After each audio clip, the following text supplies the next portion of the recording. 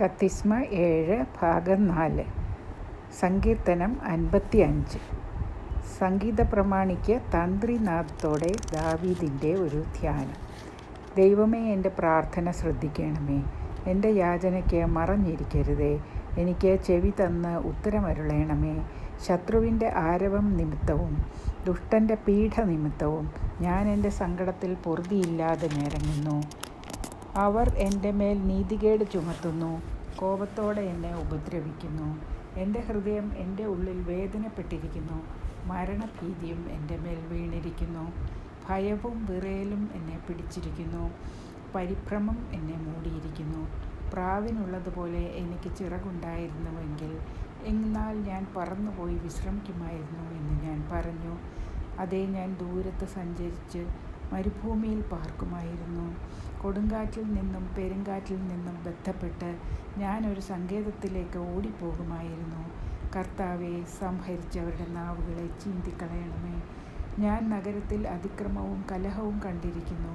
രാവും പകലും അവർ അതിൻ്റെ മതിലുകളിന്മേൽ ചുറ്റി സഞ്ചരിക്കുന്നു. നീതികേടും കഷ്ടവും അതിൻ്റെ അകത്തുണ്ട്. ദുഷ്ടത അതിൻ്റെ നടുവിലുണ്ട്. ചതിവും വഞ്ചനയും അതിൻ്റെ വീഥികളെ വിട്ടുമാറുന്നതുമില്ല.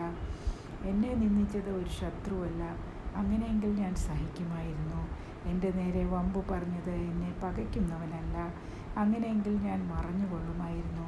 നീയോ എന്നോട് സമനായ മനുഷ്യനും എൻ്റെ സഖിയും എൻ്റെ പ്രാണസ്നേഹിതനുമായിരുന്നു. നാം തമ്മിൽ മധുര സമ്പർക്കം ചെയ്തു.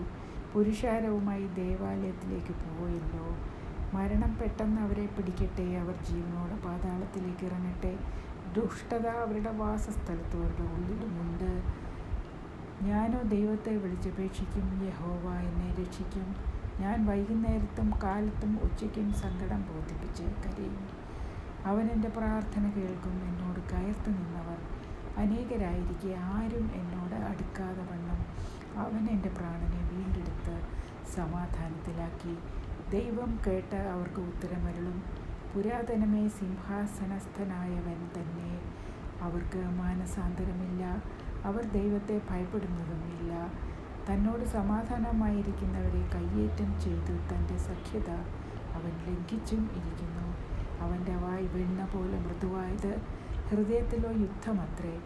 അവൻ്റെ വാക്കുകൾ എണ്ണയേക്കാൾ മയമുള്ളവ, എങ്കിലും അവ ഊരിയ വാളുകളായിരുന്നു. നിന്റെ ഭാരം യഹോവയുടെ മേൽ വെച്ചുകൊള്ളുക. അവൻ നിന്നെ പുലർത്തും. നീതിമാൻ കുലുങ്ങിപ്പോകുവാൻ അവൻ ഒരു നാളും സമ്മതിക്കുകയില്ല. ദൈവമേ, നീ അവരെ നാശത്തിൻ്റെ കുഴിയിലേക്ക് ഇറക്കും. രക്തപ്രിയവും വഞ്ചനയുമുള്ളവൻ ആയുസിൻ്റെ പകുതിയോളം ജീവിക്കുകയില്ല. ഞാനോ നിന്നിൽ ആശ്രയിക്കുന്നു. ഇവിടെ കത്തിസ്മ 7 അവസാനിക്കുന്നു. അവസാനമുള്ള പ്രാർത്ഥനകൾക്ക് ചൊല്ലേണ്ടതാണ്.